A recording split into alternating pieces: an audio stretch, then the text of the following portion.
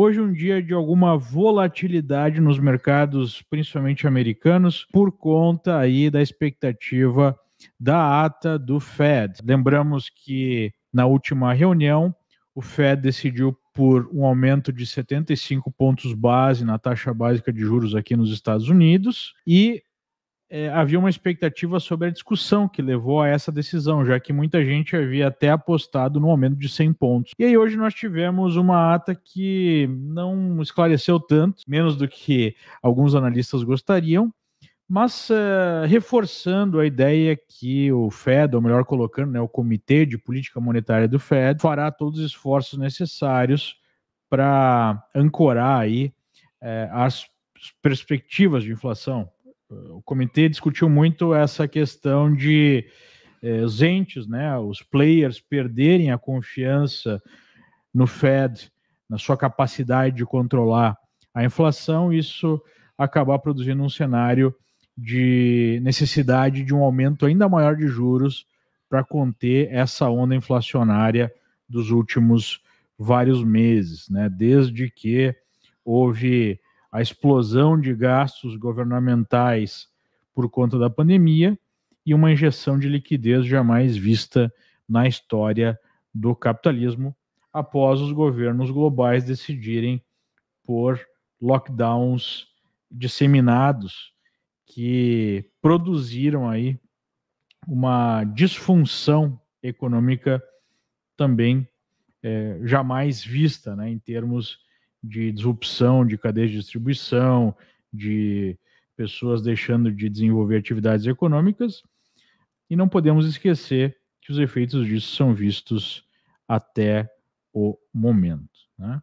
Então, num primeiro momento, logo após a divulgação dessa decisão, que sempre sai, ou nesse caso da ata, né, na decisão em si, sempre sai às 2 horas, horário de Nova York, nós tivemos o mercado produzindo até alguma recuperação no intraday, mas voltando a cair no final do dia, com o Nasdaq fechando com uma queda de 1,14%. Mesmo assim, o mercado segue numa movimentação positiva, numa recuperação, já consolidando uma tendência de alta terciária, uma tendência de alta no gráfico diário, sem uma sinalização mais clara de reversão, pelo menos tecnicamente falando. Eu vou colocar aí na tela o gráfico para você entender, para exemplificar o que eu estou falando. Nós temos aí o mercado produzindo, a partir de um pivô de alta, uma tendência de alta nas últimas semanas, e agora alcançando um objetivo usual para repiques dentro de uma tendência de baixa mais longa, que seria a retração de Fibonacci de 61%, 61,8% dessa última perna de baixa. Qual perna de baixa eu me refiro?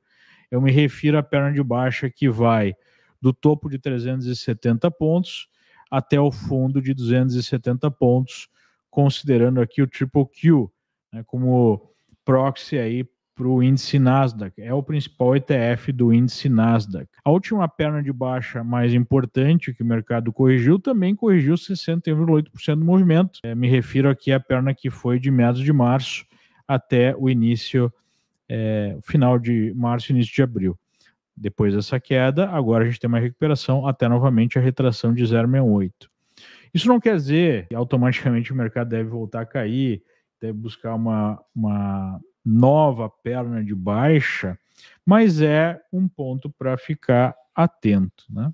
Qualquer que seja o caso, o mercado tem aí um suporte agora nos 320 pontos, que é um topo anterior, e numa concentração de topos, fundo anterior, média 21, uma LTA mais curta, por volta dos 316 pontos, que seria um objetivo caso aconteça uma correção um pouco mais longa. O que eu acredito aí até numa retomada de movimentação negativa, tentando fazer uma avaliação do cenário econômico em relação à movimentação do mercado financeiro, porque são dois mundos diferentes. O mercado financeiro usualmente anda à frente da economia, já descontando, né, a perspectiva futura.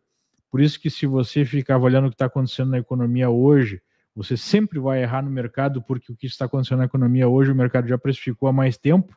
O mercado está precificando o que provavelmente vai acontecer daqui vários meses. Então, olhando para essa perspectiva, nós já vimos uma correção no mercado e agora uma recuperação. Só que esse timing parece ainda muito distante para essa correção na economia real aqui nos Estados Unidos já ter sido refletido no preço, visto que ainda estamos, apesar de uma recessão técnica, né, uma recessão de 2 trimestres com retração do PIB, nós ainda estamos em pleno emprego, ainda há uma atividade econômica fortalecida, pelo menos do ponto de vista do consumo, ainda há reserva à disposição, né, dos consumidores, reserva financeira.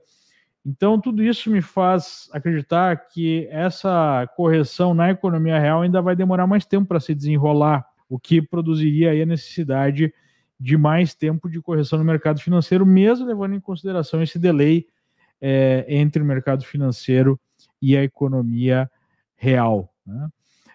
Mas, obviamente, eu posso estar enganado. E quando eu faço as minhas operações, eu dou preferência aos sinais técnicos que o mercado dá, até porque eu faço operações por um prazo mais curto com um viés aí de trader, né?